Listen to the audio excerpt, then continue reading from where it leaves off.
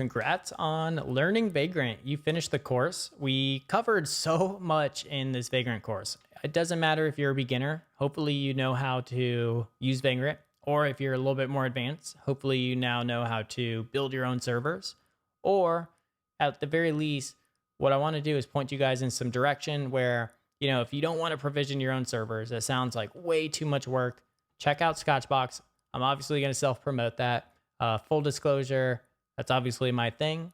Other really cool projects are the ones we teased in the beginning of this with those really huge Vagrant files. The first one was Laravel Homestead.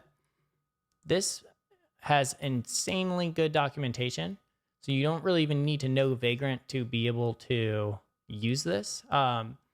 It's almost like its own little thing. Really great. It's really well supported. I definitely encourage you to check that out. It's probably the best one out there. The other one was the Vapro Bash. And if you remember this really long Vagrant file, which probably is a little less intimidating once you try to find the different parts that we keep talking about.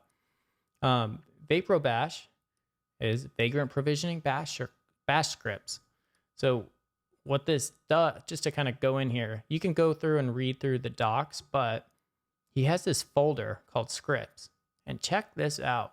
Just so many different scripts here for you to install different things that I was trying to do manually with you guys in our install script. So he just does it in a lot cleaner way where, for example, let's look for Apache. He has a script. Whoa, that does look a little complex, but there's a reason for all this. Like it supports multiple versions if different things are installed and automation. So you can actually tie into all these different scripts that he has here, and it will kind of automate your workflow. So rather than doing what I'm doing here, writing these individually out, you're just including his scripts one by one. It's pretty neat.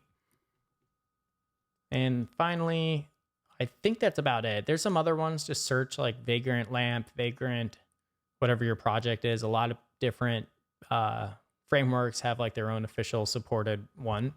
Besides that, thanks for following along this course. Feel free to reach out to us with questions. And I really hope you start using Vagrant for local development.